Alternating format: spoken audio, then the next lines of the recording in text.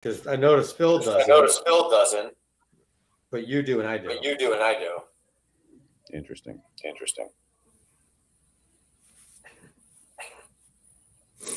I would love to have two of me. Oh God. You'd need more time. So we're live, but we need this echo fixed.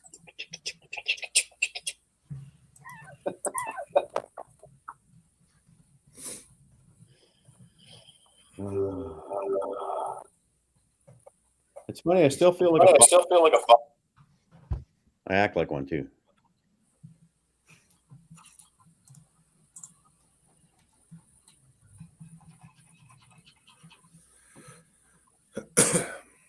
I don't know how you fix an echo though.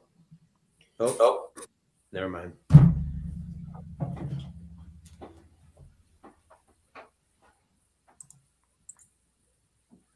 So everyone's seen it but Eric.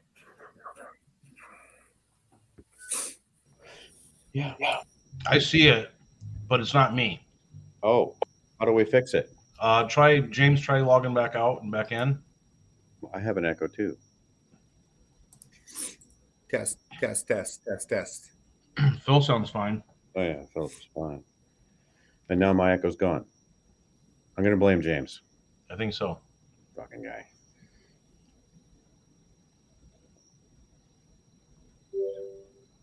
All right, try that.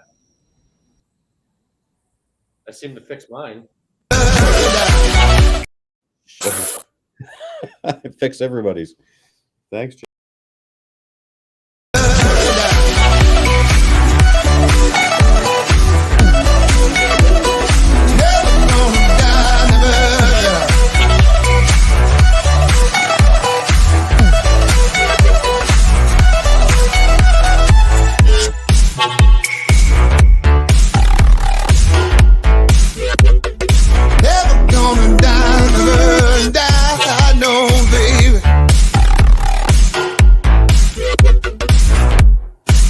Let's get low, let's get high, turn away into the night, I swear we're never gonna die. Let's get low, let's get higher, just say you stay with me tonight, I swear we're never gonna die, never die.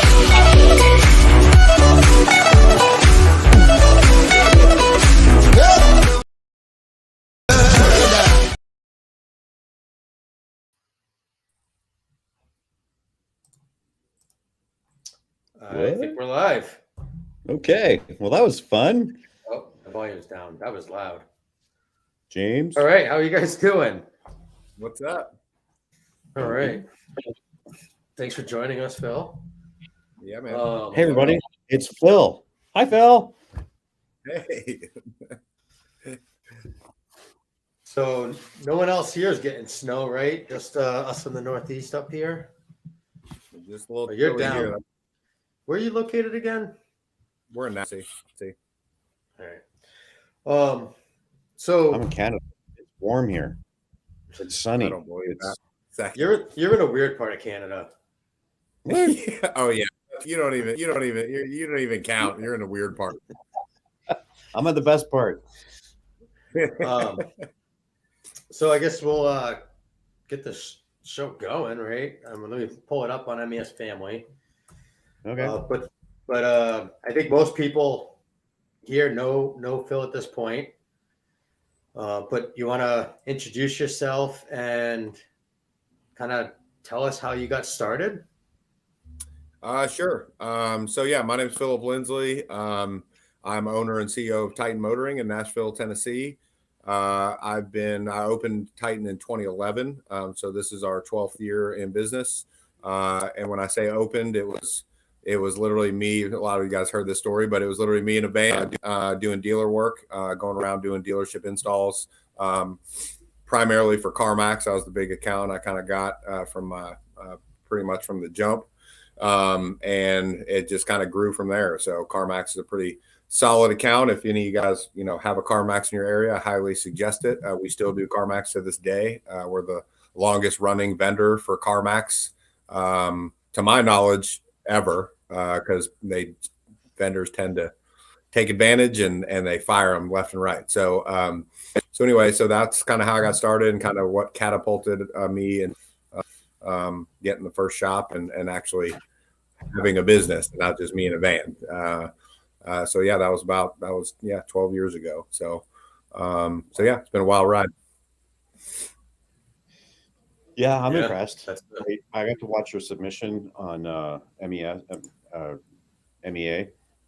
and Yep. I the whole thing, and it was like you went through one part to another, to another, to another, and yet another and another, and it's such a huge building with so much stuff going on. I don't know how Yep. to keep track of all those people and all this stuff you got going on. It's crazy. Yeah, well, with a good team, it's for sure not just me. And you know, I'm spring break this week with my boys, so we're not going anywhere or doing anything crazy. But you know, I'm at the house right now. You know, I've been going in each morning and doing some meetings and kind of setting the tone, and then I've been leaving for the rest, letting those guys, you know, handle business. So definitely that circus, as you might call it sometimes, or I might call it sometimes. Is definitely because we got a really solid group of guys. Obviously, you know, a lot of you guys know a lot of them. Ray West is my right hand, and it's really been neat to see him grow and develop and really shift from the tech perspective to a manager leader perspective. That's been really cool to watch, and you know. He's forever wanting to learn and grow, as I hope we all are, and that's been neat to see him go after that, you know, new goal, right? New goal for a long time, for many years, as many of you know, right? To be the best tech and the smartest tech and know all the things, and he definitely, you know, is that guy. But to shout that mentality to that different perspective of owning and leading, and you know, grooming new technicians and all that need to watch. So. Nice. Yeah, I met Ray when he was working in another part of your state, and Yeah. he's a really fun guy to hang out with. He's knowledgeable and intense. Until you mess him up, then he max headroom-ish and lots of fun. Yeah. He's a different animal. But again, it's really been neat to see, you know, for all of us, it's all about kind of getting out of our comfort zone, right? Like that's where growth happens. And, you know, probably for some while as he shifted into the shop management position, there was probably natural resistance of not getting rid of the tech brain, but using that tech brain to others solve problems. Like you don't need to solve the problem. You need to help other guys and give them that information to solve the problem so you can solve potentially 20 problems as opposed to just you working on one. So that's been the growth and the shift. And he's killing it. So he's just really doing a really good job. And that's, you know, we've got some pretty big plans and we'll talk more about those, but he's going to be very instrumental in all that happening. And I wouldn't be able to even have those plans or consider doing if it wasn't for him. So I think my biggest. I guess I got an echo again. So I'm gonna leave and come back. Okay. That's the plan. While he's gone.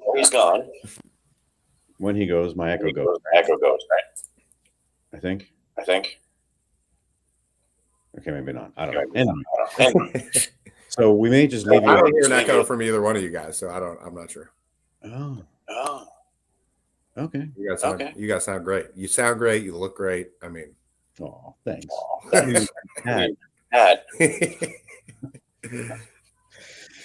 So I watched your and I switched over to powerful stuff.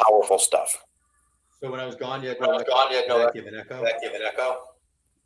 All right, I'm gonna try my phone. I don't know what's going on. right. Well, James, I told him too. Like, I don't hear an echo from either one of you guys, so I don't know if that's just on y'all's end or I'm not sure. Somebody maybe. Yeah, we've never had this problem before.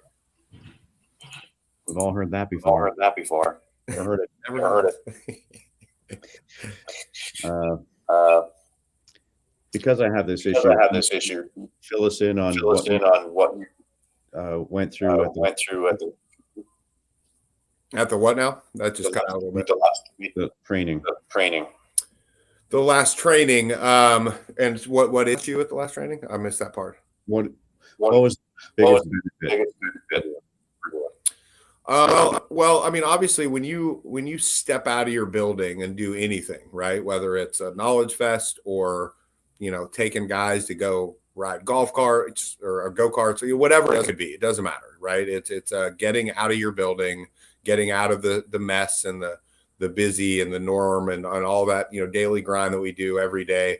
Anything that you're getting outside is super beneficial for the team, for individuals' headspace, for kind of a reassessing where do I want to be personally, right? I mean, if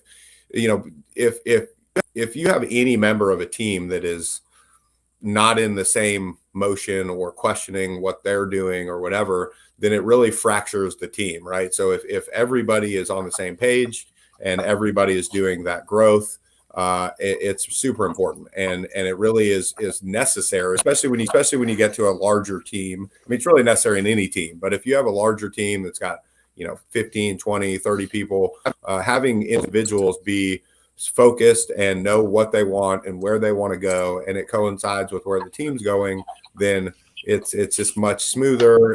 And achieving that goal is much, whatever goal that may be for the company or individually, which hopefully are the same, is just vital. And getting everybody out of the building to do that and have some fun too is important. And so for me, Knowledge Fest it was cool to see guys either, we had some guys that shifted into wanting to know other things, right, that they had never either been showed interest in or whatever that might be. We also had, obviously, many of you guys have seen that we've been posting a lot about this MECP thing. So one of the things that me and Ray have kind of focused and had a lot of conversations about, when you get to a shop that's a larger size, I'm Ray too, like we're hopers and dreamers, and like we want to do this and that. And so sometimes we can, you can talk about that stuff. And then if the problem is if you talk a lot about it and don't have action, then it just kind of falls. It's just like, oh yeah, here we go. They got another idea, sure, that's going to happen.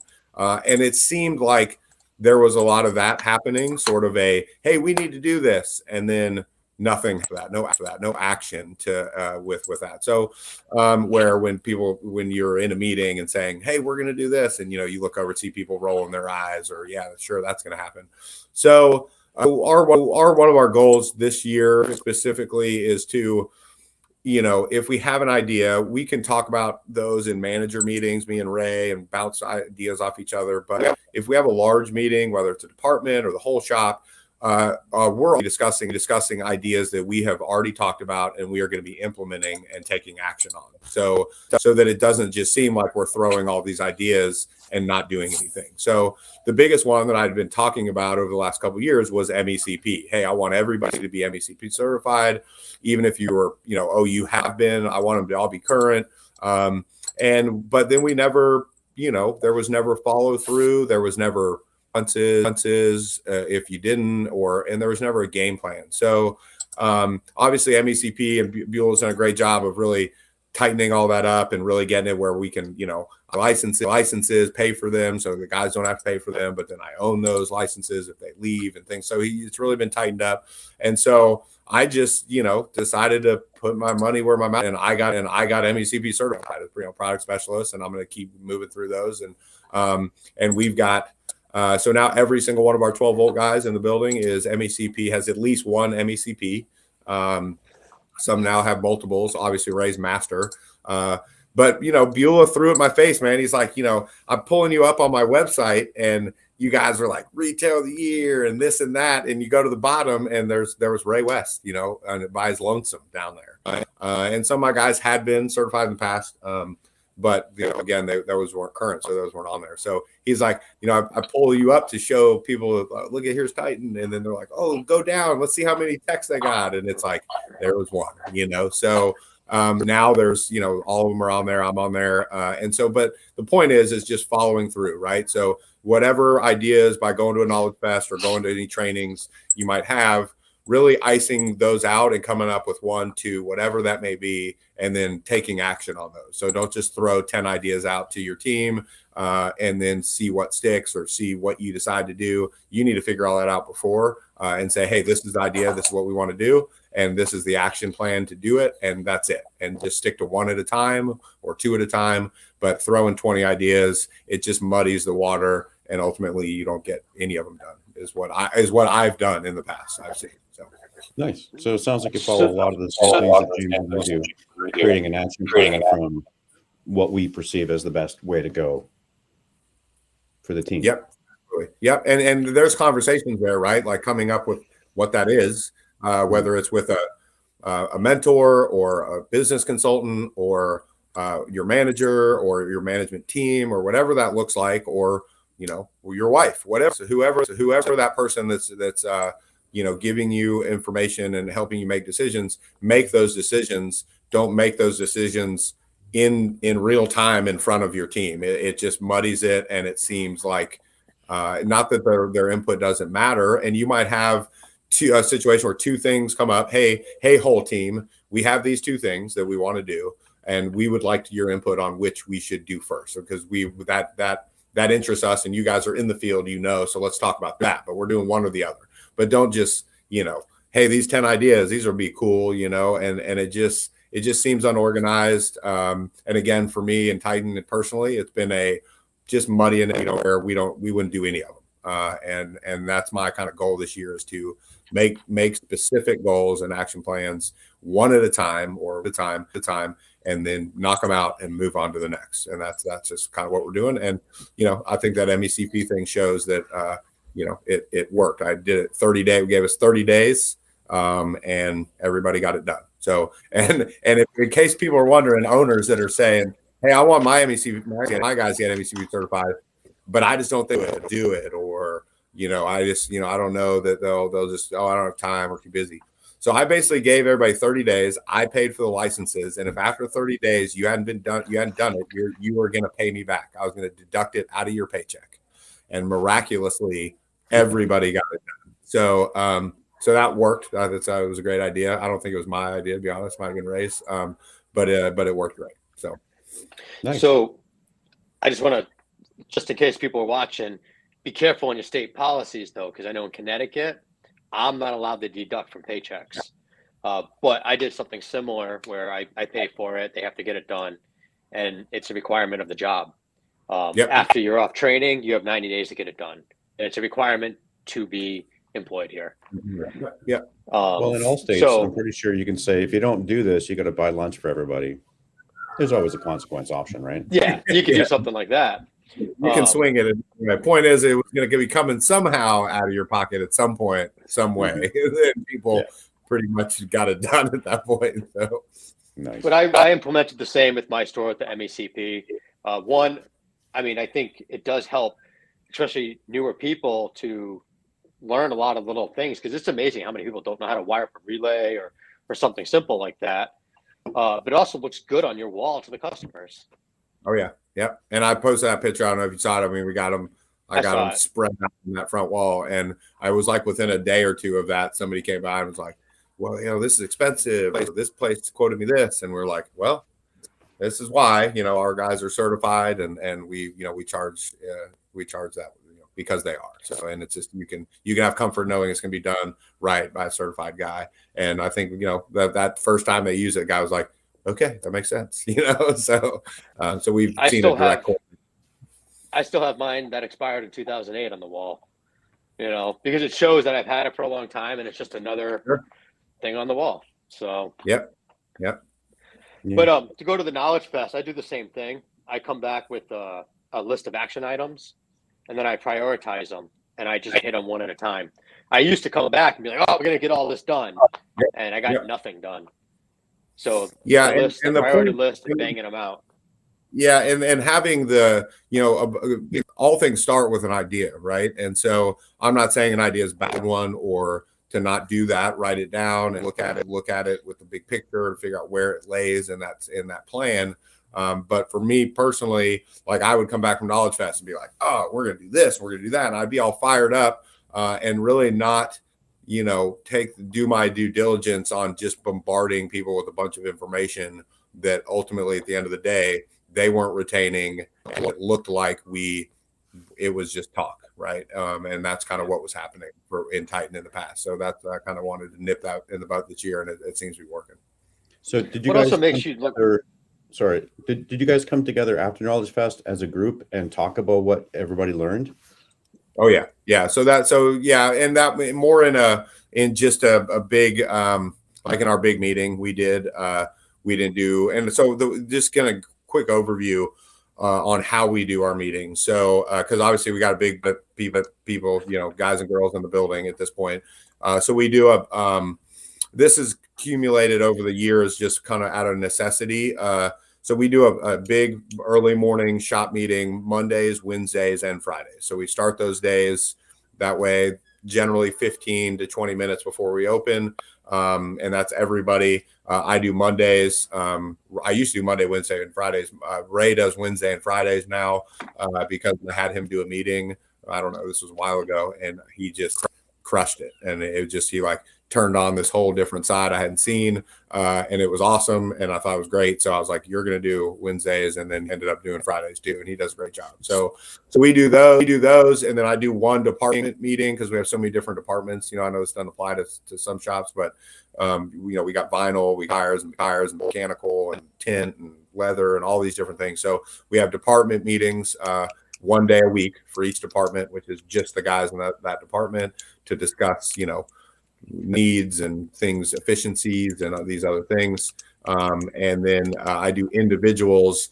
Again, this is something that I have let fall to the wayside in the past, where I'd be like, man, I haven't done individuals in 3 months or whatever. And so that's another thing that people might not want to speak up, big meeting or a department meeting, but they have important things to say. And so I'm doing those once a month. So everybody that works there gets a once a month, 15 to 30 minute individual meeting about whatever I need to talk about, whatever they need to talk about, check in with what we talked about last time, see, whatever markers we had set for them, where if they hit them or not, and all that. So we talk about in our big meetings, Knowledge Fest generally. And then we also talked about it in the 12 volt department meeting, obviously, because most of that was the guys that were there, about, anything that and we did it after Master Tech also, just kind of what they learned, what they discussed, and what equipment they want, and their hopes and dreams. Everybody wants a huge 3D printer now and blah, blah, blah. So, all those things. So yeah, generally we could probably go a little bit more in depth I'd be interested to see what you guys say, what you guys do after a Knowledge Fest or a Master Tech or whatever. I think there's probably something better than just talking about it in a big meeting after, whether it's a sheet, hey, everybody fill this out. And then I'm going to go over those and discuss them in the meeting as far as what you're taking, kind of like a survey, right? Everybody take a survey and I read, there's probably maybe something like that. What do you guys do after those events? James? So similar, right? I have a smaller team, but we basically will come together and we essentially go over our key takeaways that we learned. So like, cool stuff we learned about new products or existing products that we didn't know. So we educate everyone in the store the same things. When we go, we try to separate the best we can so that we're all seeing different things. And I used to organize it really well. I didn't so much this time. But then we also talk about action plans, like things that we want to see moving forward. I don't know why I'm echoing again. All of a sudden, I don't hear an echo either. So I don't know. Maybe nobody else is hearing it but you. But do you hear him echoing, Keith? I do. Yeah, I do. Okay. But we'll also integrate. So yeah, go ahead. What do you do, Keith? So we're a little different because I take people from my company. And so when we show back up, we sit down and have a meeting. One of my companies is 5 hours away. So it's we do a Zoom meeting with them. We come together and we talk about what we learned, what products we'd really like to bring in, see how it works with our mix. And then we make an action plan as to which ones we're going to actually do. we itemize it. We kind of take an inventory of it, take all the good ideas, and bring it down to the top 5. And then out of those top 5, we prioritize which ones we're going to have done second, third, fourth, and fifth. And you've got, is it 3 stores, 4 stores? Yeah, 3 stores. 3 stores. Okay. And 2 are close and 1 is 4 hours away. Is that accurate? Yeah. Okay. Yeah. Cool. Wow. Unless you fly, it takes an hour. Okay. But it's beautiful. Like the landscape is snow-capped mountains and waterfalls and just stuff. Okay. Nice. James, you Yeah, okay? I would see. Yeah, you good, James? You be back with us? Yeah, I was trying to see if I can fix it. Yeah, I don't hear know it. why it keeps doing this. But they can hear it. In the chat. They said. Oh, really? Yeah. So yeah, I would like to see, and even if anybody has this and post it in the group or whatever, if somebody has a event training takeaway sheet, right? Top takeaways for employees or for managers or whatever to fill out and have something down on paper that's asking questions and something solid. I think that would be cool if anybody has that. I'd love to see something like that. Okay. If it's in your face, you'll know. Yeah. Change. James, what do you got? Echo. So do you have a business mentor, or have you had one? I've definitely, since I got plugged into MEA and going to Knowledge Fest, which I think was 2017, 16, 17. And I started meeting the Schwartzes and the Brian Laytons and I've really had some in-depth conversation with those guys. I've become really good friends with John Schwartz. And so, and it's just like he's, and even, both you two, we all have our different perspectives, right? And even like John Schwartz, like he has this attention to detail that isn't maybe, I feel like I have an attention to detail, but it's not supernatural for me to go that kind of crazy detail level, right? Like, thank you cards to the customers. And like, I don't think about stuff like that per se. So definitely, John Schwartz has been a big impact and a big influence on me for kind of looking above and beyond your box and looking outside a little bit to take it to that next level, to be different and be better than the guy down the road. And that filters into everything else as far as hiring and, your culture and all these things that I'm, so important to me, paying attention to those details, whether it's with your clients or with your team or whatever. It's been that's just one little tidbit that I picked up from talking to Schwartz. Layton, which I haven't talked to Layton in some months. I need to touch base with him, but his whole fleet thing and, doing commercial vinyl and stuff like that he's really popped off and opened that second location over the last year or so. That's had an impact. We're working on getting into some more fleet stuff as far as, doing the truck beds and more fleet things. We have some fleet stuff, but really growing that portion of the business, a really good job with that.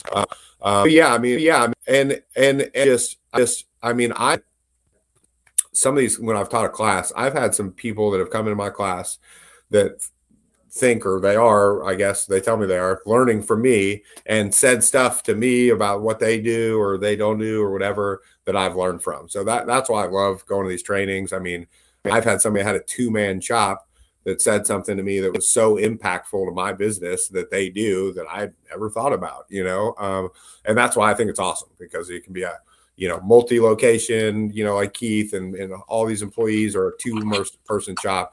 There's nobody that I don't think I can learn from, for sure. So I would say just about anybody I run into and have a conversation, I can either learn something that I want to do, and I've also learned things that do that. So which is just as valuable, to be honest. So yeah, it's being plugged in has been a really good thing. I was definitely my little bubble before, and that's not a good place to be. Fuck, I love your humility, man. That's crazy. I think that's one of the most important parts of going to those trainings, Yeah. and networking. Yeah, and that's been super important for me. I mean, and to his credit, Donnie that worked for me for a long time, him and Ray, he's the one that brought Ray, and that's how I met Ray and all that. He was the one that kind of, you need to be going to these. You need to be going to Knowledge Fest. You need to be plugged into this. And I was at probably, at the time, like, for what, it's cost money and blah, blah, blah. And we were a lot smaller then, or harder to bite off that type of expense. And I was just like, fine, we'll go, and there's kind of been no looking back since. When you're in your little bubble, you just think that you got it going on. Right. And when you think you got it going on, and you know everything, man, it is not a good place to be. And I had been there before with a previous business, and it failed miserably because I couldn't tell me anything. I thought I knew everything, and I definitely didn't. And I had a very rude wake up call when 0809 hit. So it's good to be, sure, humility. I mean, humility and being humble comes from those conversations where this person has a one employee and comes and tells me something that I'm like, oh my God, that is amazing. I've never thought about that. So the more that happens, the more humble you be, because you realize you can learn from just about anybody. And as soon as you think you know everything, I mean, it's all downhill from there. And I'm not interested in going downhill. One of the most powerful lessons I've learned over the years is sometimes people show me things about what I don't want to be. Sure. They're valuable. I've got some bosses that people are like, oh, you must have some really great bosses that taught you this and that. And I'm like, I had a couple of those. I also had several really terrible ones. And those lessons were just as valuable, if not more valuable, because I was like, I'm not going to be that kind of leader. I'm not going to treat people that way. Or, I'm going to have air conditioned bays because that's important for people to be comfortable and their work reflects it and things like that. So they can be, the same, if not more valuable than good examples or bad ones.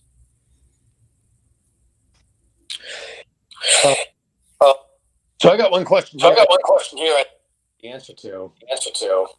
How do you find the employees?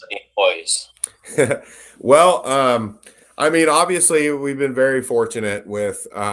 I've had some notables in the building, right? So I've had the Justin Markses and the Miguel Vegas and the Randys and the Causes and the Ray West. And so, those guys, they, people know them, they know who they are. They want to work next to those guys, and, you don't blame them. And so, and then also like, word gets around, right? Like if you're to my knowledge, if you ask a Justin Marks or a Miguel, hey, I'm thinking about going to work at Titan. How was your experience? They're going to say positive things. I mean, I because of just the way we operate, I want people to be happy, and I want to be happy when I go to work for the most part, most of the time, as much as we can. And that's why we've gotten those culture things. So there's things that we have in place that are important to me to make sure that we have a good working environment, that training is happening, and we're building people to build a company and all those things. And that gets around, right? So it just like, that guy's a piece of shit can get around. The opposite gets around just the same, So when, people talk, these guys, everybody in this industry talks. And when that they're paying, what they're paying is awesome. And they don't work, they work one Saturday a month, and at 601, it's a ghost town there, and they 2 weeks paid vacation. Like that stuff gets around. And so you start attracting, quality people. So, and people reach out to us. So I've been very fortunate, but it just didn't just happen. I mean, it happens from creating a environment that people want to come to, and build the whole build it they will come thing. I mean, that's what it is. You build a healthy working environment that people can make money, and it's profitable, and they can spend time with their family, and all those things that are important to me. It's infectious, and people hear about it. So we've been, again, very fortunate in that aspect. So in a nutshell, great people. Yep, sure does. So sure I've read that at some point. But yeah, I mean, that's just the way it works. So if you're sitting there wondering why you can't get people to work or come to you, then that's not the question you need to be asking. The question is here's my thing, and you guys, I'm sure, are the same way, and most good leaders are. And I was taught this. This isn't my thing, or I'm not going to take credit for this, but anytime there's a problem or something is happening that's not correct, first question I ask myself is what did management do? What did we do? What process is broken that allowed this to happen, or whatever? Now, that's the answer is not always the case. It's us. That's fine. And it might not be. And it might be an employee, or it might be this or that. But the first question I always ask is, what could we have done differently? What process we have that's not working caused this problem, or caused this employee to be able to do or whatever. So, that's those things translate into everything else. So if you're asking that question, why can't I get employees? Then the question is, that's not the question. So it is what other things should I be doing? And then when you do those things, you don't have to ask that question anymore. Fuck, that's smart. Yep, I agree. I changed my mentality around. It's changed my life. Business, but my life. It's just about taking responsibility, right? So, and I'm a big thing with everybody, right? Like if we have two employees that are arguing with each other, and I call one in and I say, hey, we need to talk about this. And he's always doing this, and I'm like, I just cut it off. Hey, that's all fine, and I'll figure that out later. But I'm talking to you and what you're doing, and I want to talk about your part in the stuff that's happening. Well, but it's when don't want to, we're not doing that. Don't want to go there. I want to talk about your part, right? And not saying that the other person's not wrong, and there's going to be a conversation that happens there, but let's talk about your part, and let's figure out what you're responsible for. And 98% of the time, if you get people to take responsibility for what they're doing, problems solve themselves.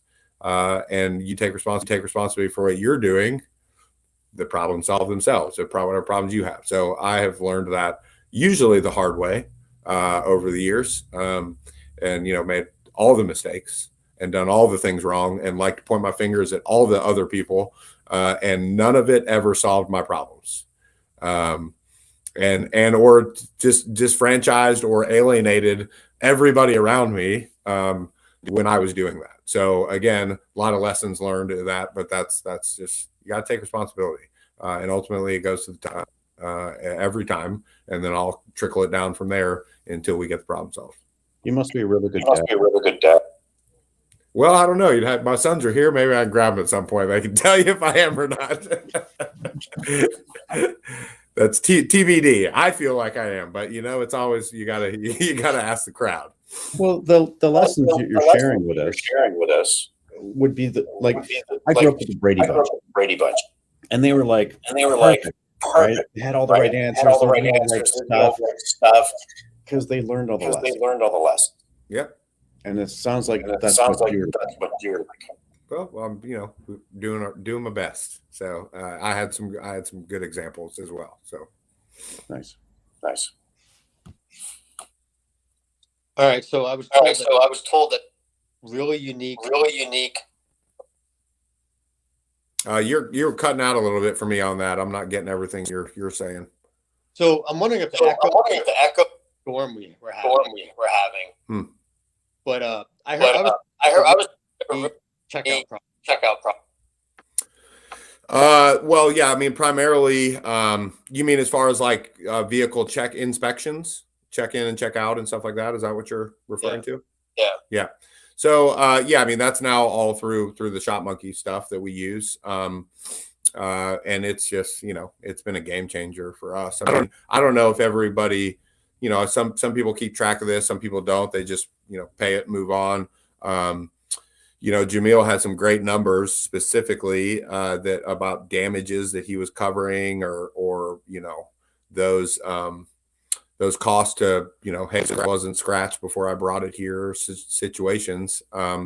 And so, man, the photo inspections that we text, you know, to the client before we touch the car and all that stuff has just been, it's been a game changer. So, you know, a lot of people don't know about damage on their car, you know, so when they're telling you, I don't think that was there before, they're not lying, because they didn't, right? But, you know, people don't inspect their cars front to back every day, right? So it could have picked it up the day before in parking lot. So anyways, it just eliminated that X factor, you know, that yep, you didn't know that it was, and now you know, and now you also know that we didn't do it because it was at 9 and 5 and you dropped your car off at 9, and we took pictures where it was. So, so that's been a game changer. It's made it very smooth. And, you know, we were doing paper stuff, which, Jamil talked about in our class, you know, that he was, and I actually had a sheet of our old paper check-in. And I even told people like, that's fine too. Just be doing something if you're not going to do digital, but obviously having something that's emailed and time, date stamped and pictures. And, you know, that's just the next level. It's been sort of necessary for us to get that because of our dealer stuff. You know, we have runners that go pick up and drop off cars, and they take pictures of the car on the lot because it's, you know, Shop Monkey's mobile. You can do it from a phone or whatever. So I don't have to buy people tablets, or everybody has a phone, right? So they punch in that work order number, they load their pictures, and they're, you know, it's all right there. So when the dealer's like, hey man, this scratch wasn't there, it's like, cool, here's the picture of it in your lot before we picked it up. And unless my driver walked over and keyed this out of that car before he hopped in it, which doesn't seem to make sense that he would do that, then this was there. Oh man, so sorry. All right, no worries. And that's done, and that's it. You know, that could have cost me $1,500, you know. And I think Jamil, God, I think he said it was like 90,000 or something the year before that he started doing check-ins and checkouts that he had spent on BS. So I don't know about you guys. I don't care how big I ever get, but I would like to have an extra $90,000. So that sounds great. So, you know, I mean, it's just vital. Like we're spending, if you're not doing that, you're taking a risk, first of all, of potentially accepting liability for just dumb shit. And we should not be doing dumb shit. That's just a bad idea. Well, it makes us look bad. Sure. Yeah. We used to use Google Drive. Now we use Shop Monkey. Yep. But today we had our 2023 dot. We worked on. We did a cool job on it. And customer emailed us to pictures of damage. One was on his third brake light. His brake. And looked like a mark. Went to the check-in photos. Mm-hmm. So I mean, it's irrefutable. Now, let me ask you this: while we got you, are you guys? So, if a tech does an inspection, it doesn't automatically send it. That's a manual process. Do you guys have your tech? Does the sales guy send them, or do you not send them to the client at all? You just have a record of it. So we haven't been the topic at our next meeting. About the problem that we worry if the customer scratch damage and photo gives them fuel to say you did this. Kind of extreme, but yeah. I mean, what we have done is we implemented a process where we have the tech send it, right? We got a lot of cars coming in and out. Sales guys are busy, whatever. They know when the inspections go. And so we gave them that ability to send inspections. We have on the inspection that we created, we put parameters of what they should be taking for interior photos, this panel, that panel. You know, they know to not have, you know, it's no tools or background pictures, a bunch of dash. Like they have parameters for the pictures they need to take. And then now that we set that process, now if everybody adheres to that process, which is their job, then they can send those inspections. The only X factor that we have at this point is sending inspections. Say the guy dropped their car off at 9, things were busy, this car was getting finished up, and now the car doesn't get pulled in till noon or 1, and now this guy's getting inspection at 1 saying, well, why is my car been sitting there for 4 hours and not getting worked on? So that one, it's, you know, basically if it's within an hour of their appointment, then they can send the inspection. They do an internal note that say inspection's done, and let the sales guy make the decision on if he's sending it or not, because they're the one actually dealing with the client. So, so we've had to kind of work around that a little bit. We're a little different. All we do is we take all the pictures, we put it in the calendar, and we'll leave it there. If there's a problem with this car, we'll send it to the customer. If not, they don't get it. Okay. So do you take pictures? We take it when they pull it in and take pictures, and we've talked about that, about doing it where it is. So, and you know, we got people on both sides of that, like doing it where it is and then doing it in the bay. We haven't had any issues with immediately sending it once it's in the bay. You know, but I could see the issue there where, oh, well, it's in the bay, it wasn't. Now there's this there. Like I see that. We haven't had a problem with that specifically, but it's something that I've talked about, just doing it where it's at. But hey, this hasn't moved. You know, you got that ammo at that point. So something that we've talked about. Yeah, we do it. Right where you haven't touched the car yet. We couldn't have curbed. Yeah, that's probably a good idea, and something that we've thought about. So we're still going back and forth on that. So we've been 47 minutes. I was told that about. You want to talk about? Yeah. Sure. So Lux Cars Nashville is it's basically the gist of this story, and it's kind of funny. So I've got a client of mine. He's become a really good friend. He was in the music industry as a music producer for years and years. You know, made a bunch of money, loves cars, car guy, always done all his cars for him.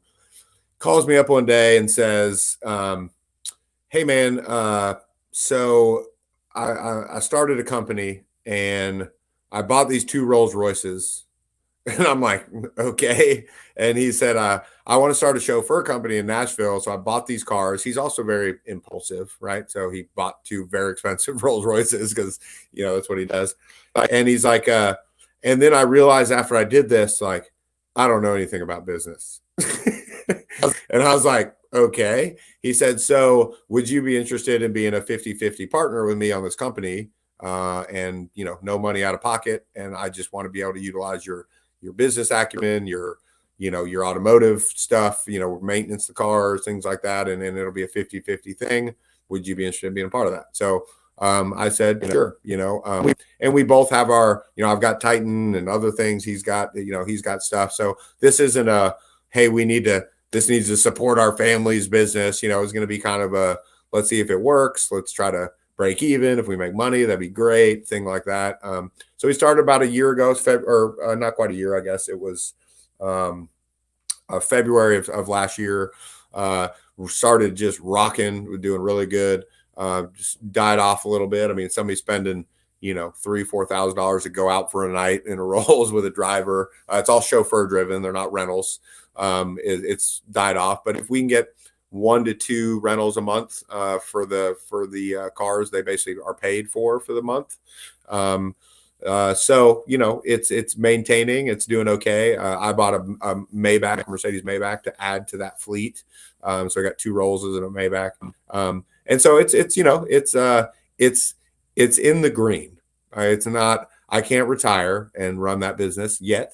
But it's a good idea. We've got another car that we got coming. That's a 61 Bentley. That's going to be for weddings, like all white, you know, wedding car.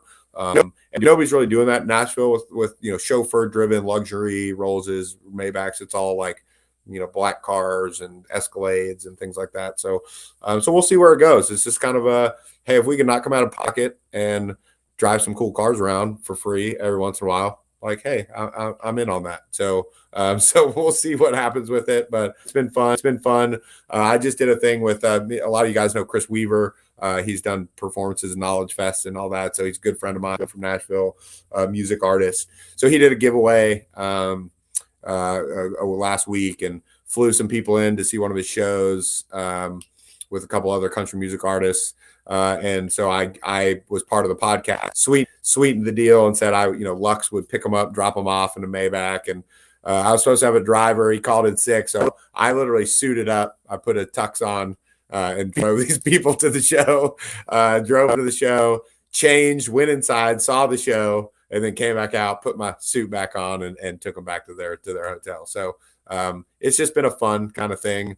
So we'll see where it goes, but it's been good. Nice. Where do you see yourself in 5 years? In 5 years. So one big thing is we just bought some commercial property for Titan. It's not going to be moving the shop there, but it's about 3.5 acres, 5 minutes from the shop. That's got about 5,000 square foot of 3 separate buildings on it. So we're going to move some departments there and have extra overflow parking and things like that. So kind of like just another location, but not a retail location, just an overflow location. So we'll be developing that, building that to help with our space issue. For anybody that's been to Titan is very aware of what we got going on. It is not room to park a car, and we have a lot of parking spaces. So we're busy. It's good problems. But so I see us. You would see where Titan is or where I am. Can you be a little bit more specific on the question? Yes. The question asks your business in 5 years. Okay.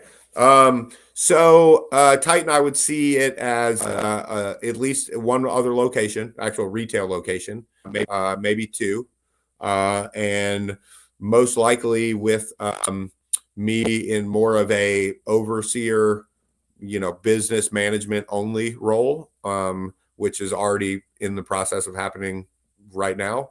And so me is more of a, bouncing around to locations and not doing sales, but really focusing on big picture, is where I see Titan, and, keep doing what we've been doing, but on a bigger scale would be where I'd say that's my answer. The second part of that question is, do you see yourself venturing out into any type of business with the knowledge you've learned? That's a great question. I don't know. I love this industry. I love this. I've been doing this since I was 14 years old. I don't know what else I would want to do. So probably not. I would, as far as utilizing, I wouldn't be in any other business. As far as utilizing what I've learned in maybe this area, I could see, I've learned that you want to own your building, is one thing I've learned through this process, which I think every business owner should do. So real estate is where I think it's at. Being able to own properties and get mailbox money is probably I've done that to so many people over the years where I've been putting money in their mailbox. That as a business owner, I've learned that, hey, I'd like that to be my mailbox that people are putting checks in. So that's probably my biggest thing is I would like to be more in the real estate, and I've already started that for Titan and myself, but just more in that. But I don't know that I would ever not be part of this industry specifically, but the knowledge that I've gained with Titan, I think what I've learned is that it's good to own property and not be writing rent checks, man. So that would be my biggest takeaway, I'd say. That was something I regretted. Look at buying a new plate. And I'm renting. Yeah. But yeah. So this new property, we bought it. So we're going to own this property. Current building, we don't, which I've been working on for a while, trying to get this guy to do something with that, which might happen. And then if not, we'll figure something else out. But the baby step for me was to have own a property that I'm going to own, rent it to Titan. And if we move somewhere else and build a big shop, that'll still stay as overflow or whatever it is, or I rent it to somebody else and get mailbox money. So that's, I don't think that the amount of rent checks that I've spent in the 12 years we've been in business, minus the 6 months I was in a van, there was no rent there. But there was it's staggering. So if I wish that I had done this a lot sooner, but it is what it is. Better late than never. Most people that rent, you can buy for about what you're renting or less. And there's a ton of help out there with SBA and, a good banking relationship with a banker, and a combination of those two things. I know that I've probably thought it couldn't happen. And it most certainly can. Definitely now for us, but it could have happened a long time ago with much smaller shop, much smaller numbers, SBA, and there's some tools out there. There's some really good tools to do that that I didn't know about and still don't know a lot about, but there's tons of them out there. So if you think you can't own, you can, and you should at least try because the chances of you being able to own your property it's pretty big. And again, man, if I had been getting this, if I had a third of what I've spent on rent in not just with Titan, but my business before this, which was for 6 years. So that's 18 years total of rent checks that I've been writing. I'd probably be retired. So, and I'm only 42 years old. So that would be sweet. I hear you on that. I'm about 18 grand a month. Rent. Yep. For all the locations. Okay. I'm close to that with my one. So with where we are. So our rent's about $15,000 a month. But you know what they say. What's that? Size matters. Yeah. Well, it's goes up rent. The other thing about rent, man, is when you're on the writing check end where you're writing checks for your rent, that's going up every year, which sucks. But if you're on the receiving checks for rent every month, well, that's a good thing. So again, this is not complicated stuff. It is just stuff that I've learned over the years. So my school of hard knocks. So highly recommend trying the process of owning. Again, the SBA has some, pretty awesome stuff where you can 2 to 5%, or sometimes 0 to get property. I mean, and it's pretty amazing. So I know that's not a Canadian thing, but down here we got the SBA. I don't know what Trudeau's got up there for you guys, but About 9%. 9%. Some Okay. of this. Some of this. All right. Well, ad for our audience. We had quite a bit to say. Yeah. What did you just say, James? Did you just ask me a question? I said anything else? Oh, anything else? Man, not really. I mean, I would, if you're if anybody's in here that's a whether you work somewhere or you own a shop, and my thing is that I have tended to get discouraged many times in the past. Like, I don't deserve this, or I don't know that I can handle this, or whatever. And maybe at the time I couldn't or didn't. That's fine. But I have learned to surround myself with people that are smarter than me and know more than I do. And that comes from me finally realizing after many, many, many years that I don't know shit. And so I want to surround myself with people that are smart and that are good vibes and positive influences to, then maybe eventually I'll feel like I deserve it or earn it or whatever.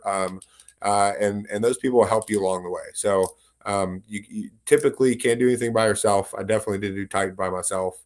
And I've got people along the way like the Miguels and the Justins and the Donnies that have, propped me up when I couldn't do it myself. So, that's just part of it. And that doesn't mean we're weak or any of that. It just means we're human. So, if you think you don't, you can't, you can. So just surround yourself with somebody that'll tell you that until you believe it yourself. Why do we not have you on here before? Hey, I'll do this whenever, man. So much awesome insight. Well, I appreciate it. It's I've watched you guys and James. I talked to James this last Knowledge Fest. You don't know who's reading or looking at your stuff. So I don't think I've ever commented on any of James' posts or he might not have, I probably liked some or whatever, but he might clue that I was reading anything he was posting. And I was. And last time Knowledge Fest, I came up and said, hey, you had made some posts about not drinking and all that. And, you know, over the years, it seems like it was 2 nights a week, and then it was 4, and then it was 6, and then it was every day. And so, you know, while I'm doing this, I'm seeing his posts, and I feel great or whatever. And eventually it's sunk in, and I decided to give it a shot. So, you know, I'm 3 months, 3-ish months or so, 3.5 months in, and feel great. Back to the gym every morning and all those things. Lindsay says that, you know, she says I'm amazing to be around now. And I'm like, hold a minute. I wasn't amazing to be around before. What's going on with that? But you know, us, all this that we're connected in this industry, that people are looking at you, right? They're, whether you think they are or not, positive or negative, people are looking at you. And I went and told James that, you know, reading those things had an impact on me. And he might have, if I didn't say that, he might not have had a clue. So how many people are reading those posts that you never know about, that you're making a positive influence on, or a negative one? It could go either way. So think about that, because I think it's a big deal, and I think it's important. Wow. So I actually really appreciate that. I'm going to just circle back. to Talked about before posts come from. As I go through my everyday little thing, and I take the time. to Share them to help remind that I'm learning. Otherwise, Yep. So- And that's why I wanted to, and that's why I wanted to make it a point to come say something, because I think that a lot of people read things and are positively impacted by them, and the person that they might have read or had an impact don't ever know, right? And it's nice to get that. You know, I've had it's like the instant stuff at the end of a class where people come up and like, man, that was awesome. Or the 2 months later, 3 months later, and they're like, man, I did this that you suggested in your class and it's really worked. And that stuff feels really good, right? Like we need those things to continue going down our path in a positive way. So I just thought it was important to say something, because I think a lot of that stuff doesn't get said, and people should know, you know, whether it's and the flip side of that is that I don't tend to keep my mouth shut, and I don't mince words. And so if I think somebody's doing something shitty, I'll tell them that too. You know, hey, you need to stop doing that. I think it sucks, you know, and that is what it is. That's just who I am. So there's two sides to that coin, but I just think it's important. I think it's important if you see somebody or you read something and they and you're like, you know what, I'm going to try this, and it worked, and it was positive. Next time you see that person or on Facebook, man, shoot them a message. Be like, man, I saw you struggling with this, and I saw you come out the other side and work through that, and it impacted me, and I did this, and you were really a positive influence. We need to hear that stuff. Everybody needs to hear that stuff, you know, and nobody doesn't like an attaboy, right? And so I think us doing more of that to each other and building each other up, is a good thing. So I try to do that more now than ever, and I think we all should. I think it's important. Thank you. Yeah. All right. Well, Great. Phil, but so I don't know. But thanks for joining us. Have a great day. Yeah, man. Thanks you guys for having me. Anybody that wants to comment or send me a message or anything, man, and talk about anything we've talked about today, I'm an open book. So anytime you want to hit me up on Facebook or whatever. Thanks, Thank Philip. Thanks, Philip. All right, guys. Thanks, man. Later. Bye.